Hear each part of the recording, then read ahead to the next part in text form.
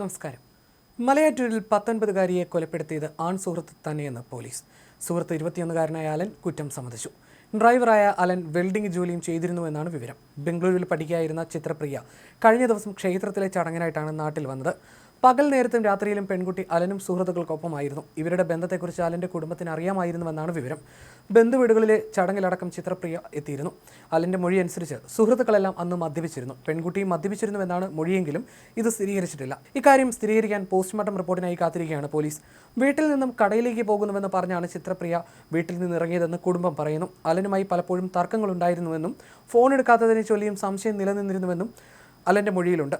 മറ്റൊരാളുമായി ബന്ധമുണ്ടെന്ന സംശയമാണ് ചിത്രപ്രിയയുടെ ജീവനെടുത്തത്. ബംഗളൂരുവിൽ പഠിക്കുന്ന സ്ഥലത്ത് ചിത്രപ്രിയയ്ക്ക് കാമുകനുണ്ടെന്നായിരുന്നു അലൻ്റെ സംശയം. പുറത്തു വന്ന CCTV ദൃശ്യങ്ങളിൽ ചിത്രപ്രിയ ബൈക്കിൽ നിന്നിറങ്ങി നടന്നു പോകുന്നത് കാണാം.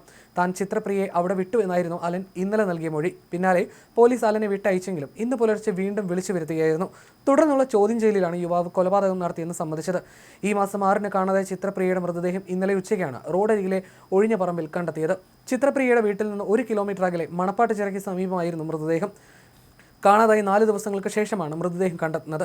മൃതദേഹങ്ങൾ കണ്ടെത്തിയ ഭാഗത്ത് വെട്ടുകല്ലുകൾ കൂട്ടിയിട്ടിരുന്നു. ഈ കല്ലുകളിൽ രക്തം പുരണ്ടിരുന്നു. അതിനാൽ തന്നെ കല്ലുപയോഗിച്ച് തലക്കടിച്ച് കൊലപ്പെടുത്തിയതാകാമെന്ന് പോലീസ് കഴിഞ്ഞ ദിവസം തന്നെ നിഗമനത്തിലെത്തിയിരുന്നു. CCTV ദൃശ്യങ്ങളാണ് സംഭവത്തിൽ വഴിത്തിരിവായത്.